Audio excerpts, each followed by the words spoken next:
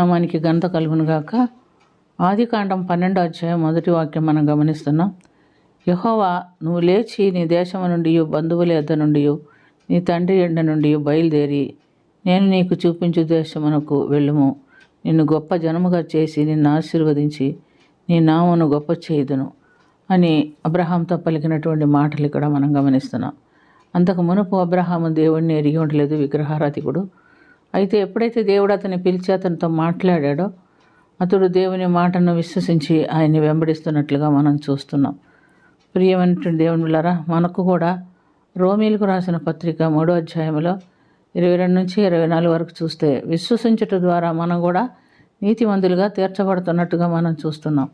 ఉచితముగా నీతిమంతులుగా తీర్చబడుతున్నాం. మరి అబ్రహాము దేవుని మాట నమ్మాడని మనం గమనిస్తున్నాము.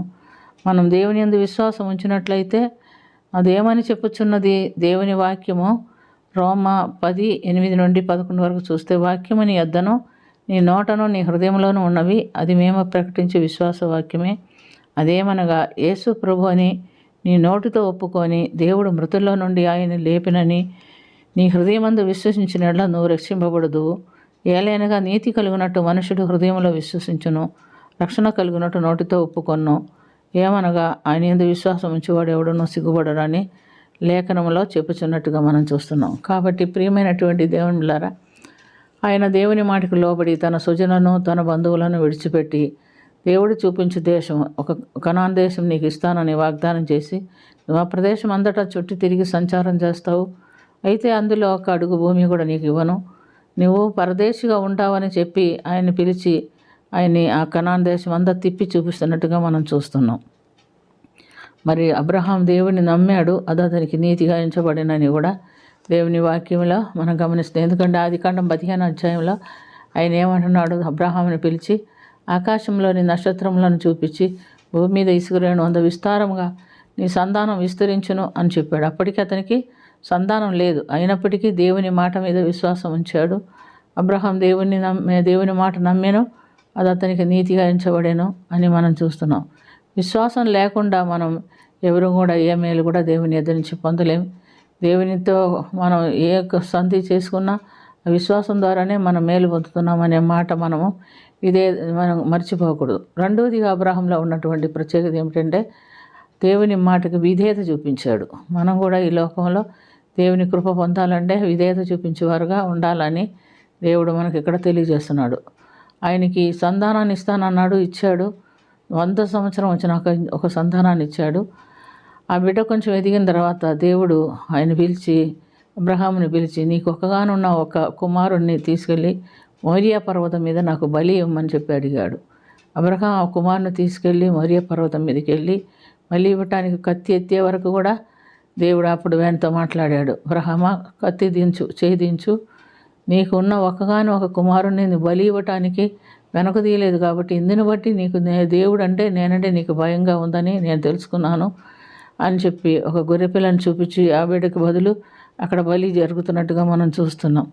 కాబట్టి ప్రియమైనటువంటి దేవుని బిడ్డలారా, మనం గమనించినప్పుడు దేవుడు మనల్ని చూస్తాడు. మనం దేవునికి భయపడి జీవిస్తామా లేకపోతే అవిధేయులుగా జీవిస్తామా అని చూస్తాం. కాబట్టి ఆ ఏర్పరచుకున్నటువంటి ప్రధాన దూతల్లో ఒకటైనటువంటి లూసిఫరు దేవునికి భయపడక అవిధేయత చూపించాడు. అవిధేయత చేసి దేవుని మీద వ్యతిరేకంగా మహోన్నతునితో నన్ను నేను సమానునిగా ఎంచుకుంటాను, అతని సింహాసనం పైన నా సింహాసనం వేసుకుంటానని అతను గర్వించినందున దేవుడు అతన్ని పాతాళానికి ఒక మూలకి తోయబడినట్టుగా మనం చూస్తున్నాం. కాబట్టి దేవుని బిడ్డలు ఎప్పుడైనా కూడా దేవునికి విధేయత చూపించేవారిగా ఉండాలి. మరి యాకోబును కూడా మనం చూసినట్లయితే యాకోబు వాళ్ళ తల్లిదండ్రులు అతన్ని లాబాను ఇంటికి వెళ్ళిపోమంటే, తన మామ ఇంటికి వెళ్ళమంటే లాబాను ఎవరు తోడు లేదు యాకోబుకి, లాబాను ఇల్లు తెలియదు. అయినప్పటికీ అతడు ప్రయాణం అయిపోతున్నట్టుగా మనం చూస్తున్నాం. ప్రయాణం అయిపోతున్న మార్గమధ్యంలో ఒక చోట పండుకొని నిద్రపోయాడు.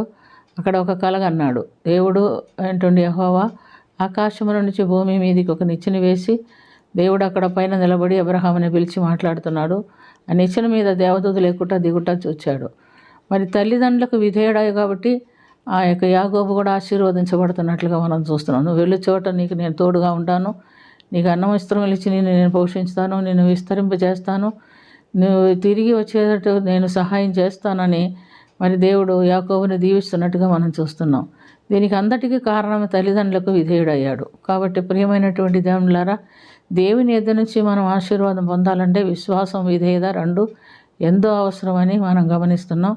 మరి యేసు ప్రభు కూడా విధేయుడై, తండ్రికి విధేయుడై మహారోదనతోనూ కన్నీటితోనూ ప్రార్థన యాచనలు సమర్పించి తన ఎద్దుకు వచ్చి వారికి రక్షణకు కారకుడు అయ్యను అని మనం చూస్తున్నాం. కాబట్టి మనం కూడా దేవుని మాటికి విధేయులై విశ్వాసం ఉంచి నిత్య జీవంలో ప్రవేశించి పరిణ నమ్మకమైన జీవితం జీవిస్తే దేవుడు మనకు సహాయం చేస్తాడు.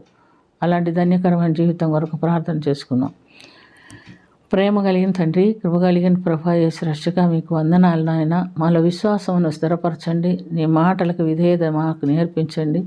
నీ యందు విశ్వాసం ఉంచి నీకు విధేయులై లోకంలో జీవిస్తూ నీ రాజ్యమునకు మేము వారసులు ఉన్నట్లుగా మాకును సహాయం చేయమని, మా పితరులందరూ నడిచిన మార్గంలో మేము నడిచి నిత్య జీవం ప్రవేశించినట్టు మాకు సహాయం చేయమని యేసుక్రీస్తు పుణ్యనామమున అధిమిక్కిలి వినయంతో అడిగి వేడుకొనుచున్నాము తండ్రి. ఆమేన్.